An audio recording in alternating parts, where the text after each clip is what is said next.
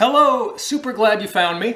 I am overdue for sort of a channel overview video. What's my channel about? Why might it be useful to you? At the latter part of 2020, I hit my 10-year anniversary of being on a 100% plant-based diet. So that means it's been well over 10 years since I read Born to Run for the first time and decided to adopt many of the best ideas from the book and from the Tarahumara or the Raramuri of the Copper Canyons.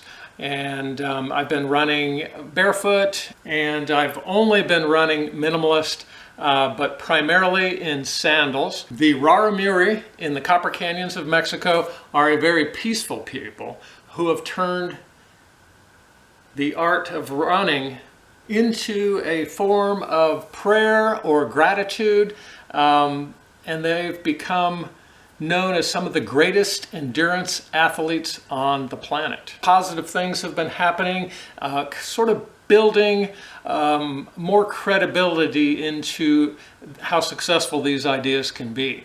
On January 18th, down in Florida at the Long Haul 100, I got my first sub 24-hour 100-mile race done. It was 101 miles, mostly trails. So to put that in perspective, at age 58, my 19th official 100-mile finish, I got a PR here by well over an hour. And while this was not the first time that I've run 100 miles in this type of sports sandal, I did complete the race all the way with no socks, only wearing these sandals that I weighed at less than 12 ounces for both of them. My channel is about these, what I think of as experiments in truth.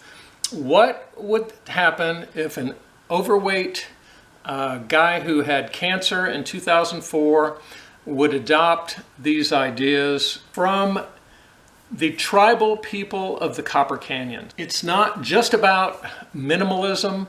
It's not just about a focus on a plant-based diet and running in sandals or bare feet.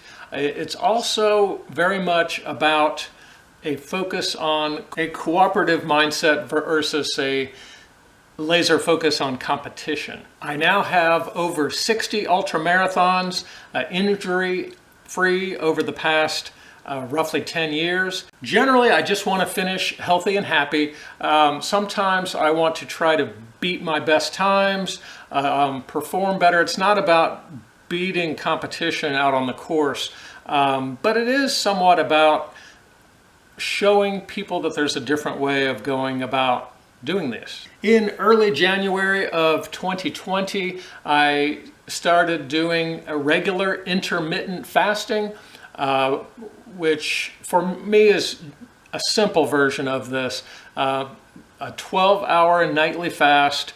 Almost always, of course, it's difficult to do that during a 100-mile race. Year after year, I'm trying to build more and more anecdotal evidence that these ideas are solid, rooted in truth, and that they can work for you. I believe that wherever you are, from that point, you can start working towards creating an upward spiral in your well-being. It can be from the nutrition standpoint. It can be from making paradigm shifts and changing how you think and feel. It can be as simple as taking your shoes off and walking or running barefoot. Any of those are a great start. Understand the power of one.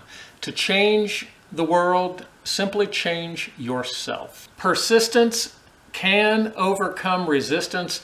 Back in 2014, at my first 100-mile attempt, I finished in almost 29 hours.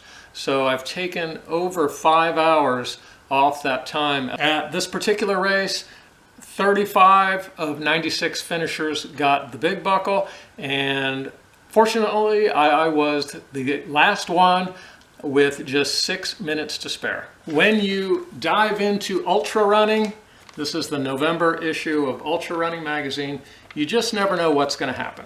Got my picture in that issue while I was out in Death Valley crewing Harvey Lewis for his Badwater 146 FKT, fastest known time, breaking a 29-year-old record. If you've been watching, thank you very much. If you're not a subscriber, I sure would appreciate you hitting the like button and subscribing.